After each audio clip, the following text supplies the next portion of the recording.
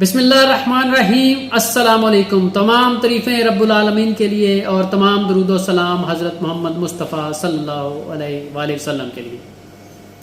ناظرین، آج پاکستانی جمہوریت کے لیے کہیں ایک اور سیاہ ترین دن ہے اور پاکستانی عدالتوں کے لیے بھی ایک سوچ اور فکر رکھنے والا دن ہے۔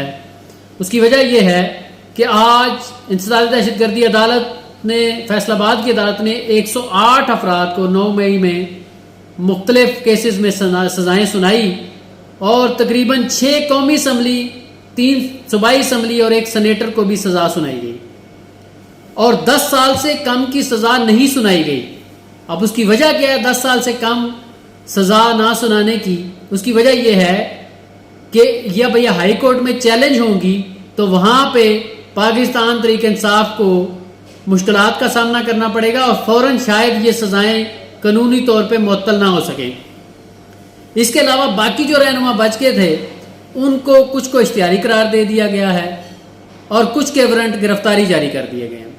تو ایسا لگتا ہے کہ عدالتیں ایک دم سے فیصلے دینا شروع ہوئی ہیں اور یہ اس کے بعد ہوا ہے جب پاکستان تحریک انصاف یہ اعلان کر چکی ہے کہ وہ 5 اگست کو احتجاجی تحریک کو آگے بڑھائے گی اور پورے زور سے 5 اگست جو ہے تحریک کا دن ہوگا اور پوری قیادت جو ہے وہ نکلے گی۔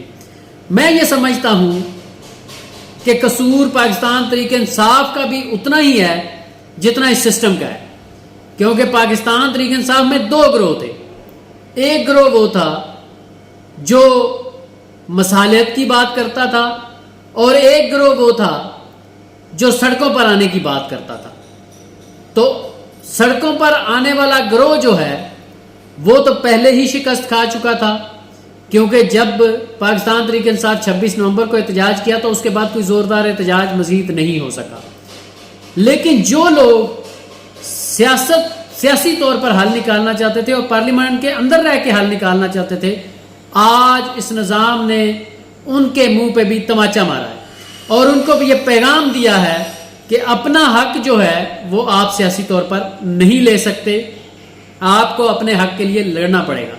لیکن شاید میں یہ سمجھتا ہوں کہ اب کافی دیر ہو چکی ہے۔ بہرحال آج بیرسٹر گوہر صاحب نے جو موجودہ چیئرمین ہے پی ٹی آئی کے، انہوں نے یہ کہا کہ اب ہم جو ہے اس پارلیمان کا حصہ نہیں رہیں گے۔ تو صاحب، آپ پارلیمان کا حصہ پہلے بھی نہیں تھے، لیکن حکومت نے اور ان کے پیچھے جو ہاتھ ہیں انہوں نے بڑی چالاکی سے جو ہے وہ سارے سینٹ الیکشن کمپلیٹ کیے، سب کچھ کمپلیٹ کیا اور اس کے بعد انہوں نے یہ نااہلی شروع کی اور اب وہ کہیں گے کہ یہ سپریم کورٹ کے فیصلے کی روشنی میں ہم نے جو ہے یہ فیصلے دیے ہیں۔ حالانکہ ایک عام بندہ بھی یہ سمجھ سکتا ہے کہ یہ فیصلے سراسر زیادتی اور ناانصافی ہیں، کیونکہ یہ فیصلے اعلیٰ عدالتوں میں جائیں گے تو شاید وہاں سے یہ فیصلے اڑ جائیں گے جس طرح عمران خان صاحب کے فیصلے اڑے ہیں۔ بہرحال آپ دیکھتے ہیں پاکستان تحریک انصاف اس پہ آگے کیا لائے عمل اختیار کرتی ہے اور کس طرف چیزوں کو لے کے جاتی ہے، اور آپ کیا سمجھتے ہیں کہ پاکستان تحریک انصاف کو اب کیا کرنا چاہیے؟ پاکستان تحریک انصاف کے وہ لوگ جو پارلیمان میں وہ یہ سوچتے ہو تو ہوں گے کہ کاش ہم سڑکوں پہ جو نکلے تھے اسی طرح ہم اپنی جدوجہد جاری رکھتے اور آج کچھ اور حل نکلتا۔ تحفظ تحریک آئین پاکستان جو ہے آج اس کی اے پی سی تھی، پاکستان تحریک انصاف اور بے شمار دیگر جماعتوں نے اس میں جو ہے وہ شمولیت اختیار کی اور ایجنڈا ایک ہی تھا کہ کس طرح اس ظالمانہ نظام سے نجات حاصل کی جائے۔ بہرحال 5 اگست کے حوالے سے کیا، اب تو دوسری طرف چیزیں جو ہے وہ بڑھنا شروع ہو گئی ہیں۔ اب دیکھتے ہیں پاکستان تحریک انصاف کیا لائے عمل اختیار کرتی ہے اور کیا اس نظام کے خلاف وہ سڑکوں پہ آتی ہے یا نہیں آتی۔ بہرحال یہ آج جو ہوا ہے یہ پاکستان کی جمہوریت کے ساتھ کھلواڑ ہے۔ آپ اس حوالے سے کیا کہتے ہیں؟ اپنی رائے کا اظہار کمنٹ باکس میں ضرور کیجیے گا۔ اس کے ساتھ ہی مجھے اجازت دیجیے۔ اللہ نگہبان۔